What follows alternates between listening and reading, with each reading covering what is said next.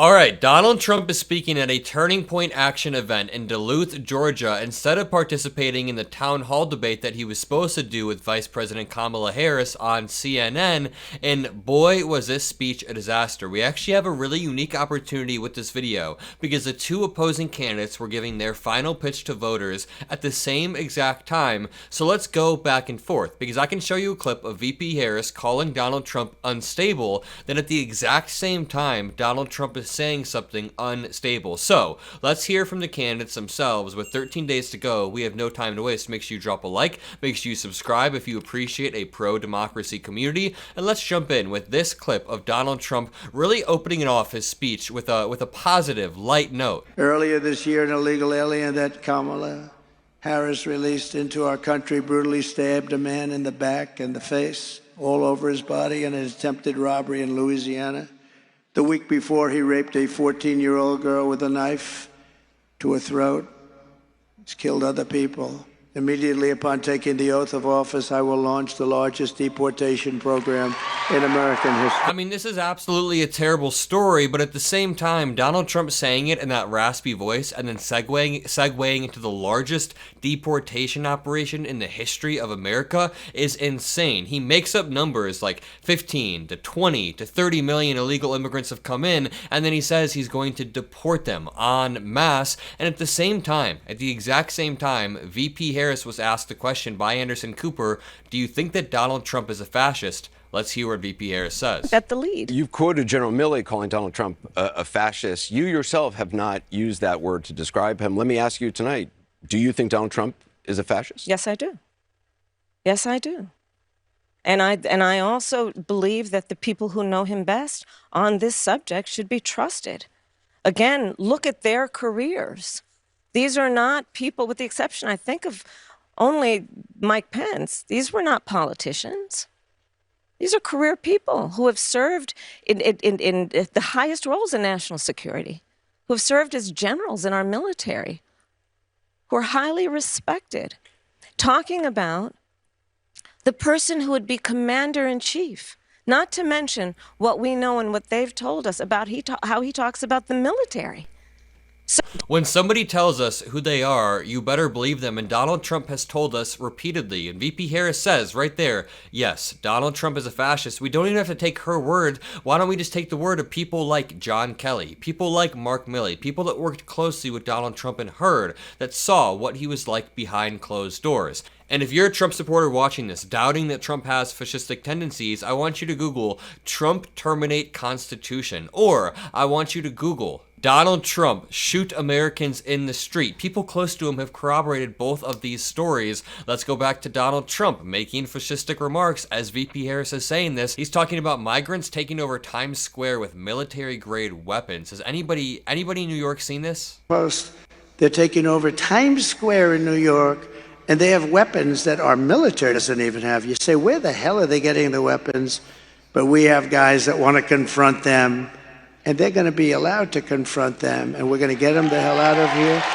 They're going to be allowed to confront them. Now, I went to a Trump rally a few weeks back, and I asked many of the Trump supporters, do you want to deport 15 to 20 million immigrants? They all said yes. I said, what if that necessitates violence in the streets? What if there's a town with 2,000 migrants, but then 400 cops, just a purely hypothetical town, and then there's clashing in the streets? They said, let it happen, get them out. These people want violence in the streets, and Donald Trump says they have access to military weapons. That is not happening. As Tim Walz said, Donald Trump acts like America is in the middle of the Mad Max movie. We're in some apocalyptic wasteland, worse than we've ever been, on the verge of being a third world country when I think everybody's doing okay. Everybody's doing decently. Now here is a clip of VP Harris talking to Anderson Cooper about Donald Trump being unstable, and just wait for it because afterwards we'll show you Donald Trump being unstable. Yeah, the audience in just a second. I want to start by asking you though, for weeks you have been calling Donald Trump unstable, unhinged. You've called him dangerous. You've quoted General Milley recently, who called him a fascist.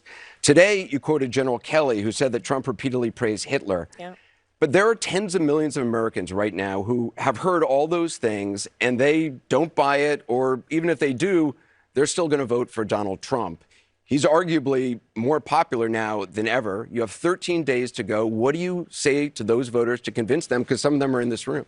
Sure, and I thank you all for taking the time to be here. And you could be doing a number of other things with your time. So this really is proof that we love our country. People are engaged, Anderson, and really want to talk about the issues. And so the issue that you raise, yes, I do believe that Donald Trump is unstable, increasingly unstable, and unfit to serve. And I don't necessarily think that everyone has heard what you and I have heard repeatedly, which is the people who know Donald Trump best, the people who worked with him in the White House, in the Situation Room, in the Oval Office, all Republicans, by the way, who served in his administration, his former chief of staff, his national security advisor, former secretaries of defense, and his vice president have all called him unfit and dangerous. Sorry to pause it, but that is very true. And due to the fact that Donald Trump refuses to take a physical exam and refuses to take a cognitive exam, we can only go based off videos, and the video evidence is pretty damning lately. Remember when he danced around for 30 minutes a week ago? They have said explicitly he has contempt for the Constitution of the United States. Yeah. They have said he should never again serve as president of the United States. Yep. We know that is why Mike Pence is not running with him again, why the job was empty.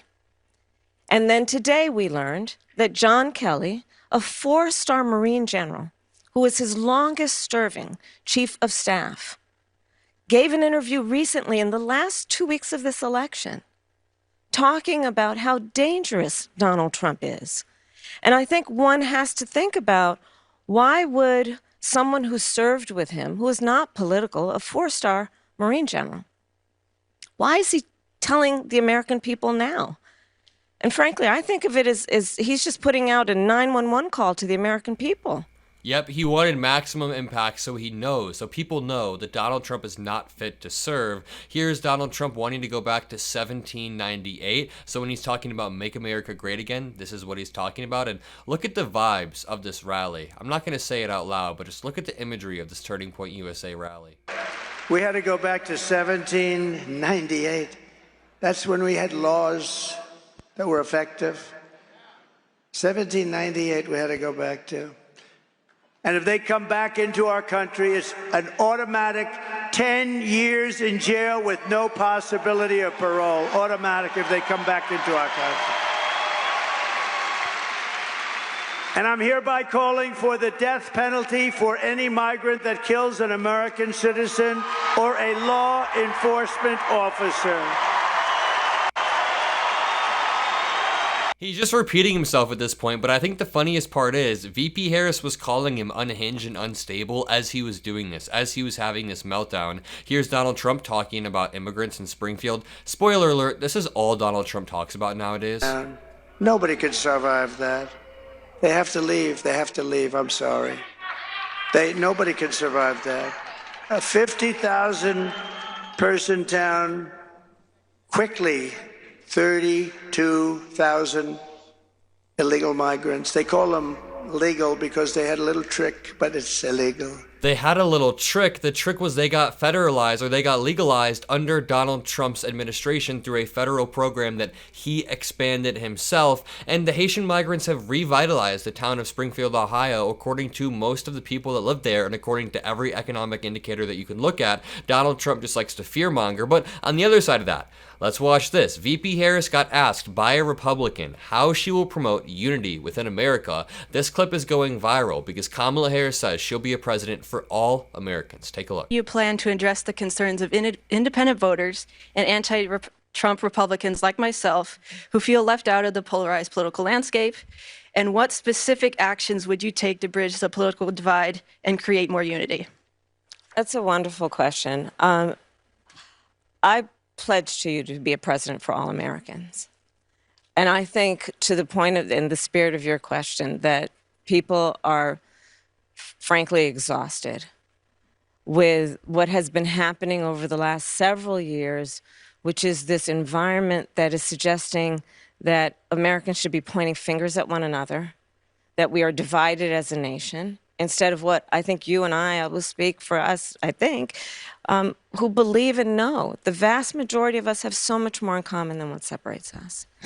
And I think that The American people deserve to have a president who is grounded in what is common sense, what is practical, and what is in the best interest of the people, not themselves. I started my career as a prosecutor.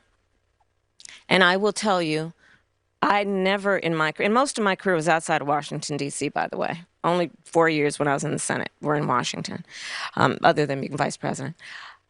I have never, in my career as a prosecutor, asked a victim or a witness of a crime, are you a Democrat or a Republican? The only thing I have ever asked is, are you okay?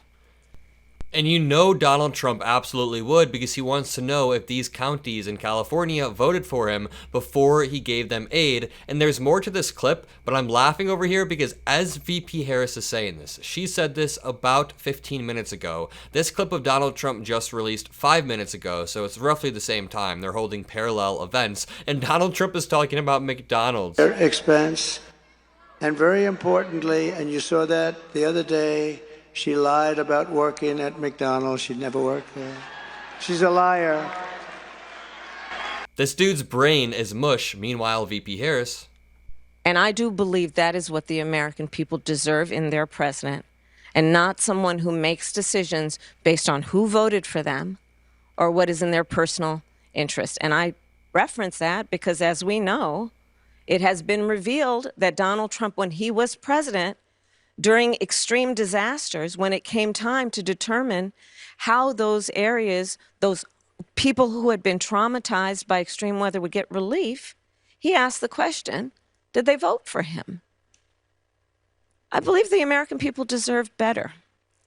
And they deserve a president who is focused on solutions, not sitting in the Oval Office plotting their revenge and retribution. VP Harris made the exact same point I did. That was an amazing answer on the fly. And here's Tucker Carlson basically endorsing a coup attempt while this is happening. Here's him speaking in Duluth, Georgia. That's the point at which you say, no, I'm sorry. I put up with this crap for a long time. I indulge your little fantasy. It's like when your teenage girl becomes a vegetarian and you're like, okay, that's, okay, it's fine. No, I totally understand. And you're like, it's a phase. But if that phase goes on for 9 years and includes destroying your major cities, and allowing your country to be invaded by millions of foreigners whose identities you don't know, and whose purpose in this country is unclear, by the way. Why shouldn't we feel threatened by that? If they go out of their way to crush families. This is crazy apocalyptic rhetoric right now, by the way. Democrats are going out of their way to crush families. We want to create incentives that allow people to have families easier. We want to create incentives that allow people to buy homes in an easier manner. To make it impossible for your kids to buy a house. Oh, you just... Getting involved in the sex lives of your children. We're not the ones doing that. You guys are the ones that want to check people's genitals before they enter the restroom because you're so obsessed with whether or not people are trans. Which they are. If they do all of that, they need to lose. And at the end of all of it, when they tell you they've won, no. You can look them straight in the face and say, I'm sorry, Dad's home. And he's pissed. That was an ending that was weird, that I was not expecting. Kind of creepy, but also, we're the ones that will say we won, even after we lost. Give me a break. Do I even need to say what I'm thinking? Thank you. You're not welcome, Tucker Carlson. Now here's Donald Trump a bit later saying he wanted to tape every conversation in the White House, but then had flashbacks to Nixon. Stand up here. Nobody writes about this stuff. And I wish I put it on tape, but every time I think, I say, oh, I'd love these conversations. I could tell you with Italy what I did. I could tell you. Here's the problem. Every time I think about I want to tape every conversation. The problem is then I start thinking about Richard Nixon did that. And I say, let's do without the tape.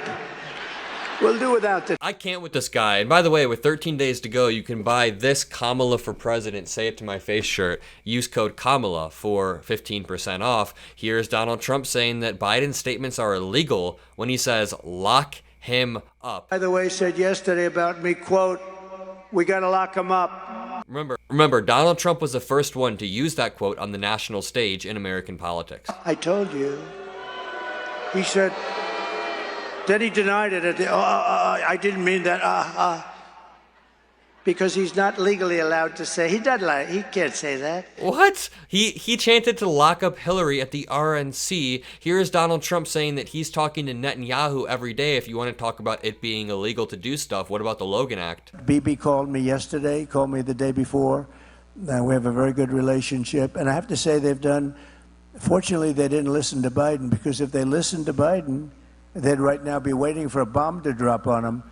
And they did their own work. They did not listen. They couldn't listen because what he was asking. In fact, just the other day, they said to him, So Donald Trump has a good relationship with Bibi Netanyahu, with Vladimir Putin. He writes love letters to Kim Jong-un and Xi Jinping. Where are the stories about him and Justin Trudeau getting along? Here is one final clip of Kamala Harris explaining to a voter, we have to work across the aisle. It is my commitment to work with Democrats, with Republicans, and with independents to deal with a number of issues. Take a look. Thank you for visiting us in Delaware County, Vice President Harris.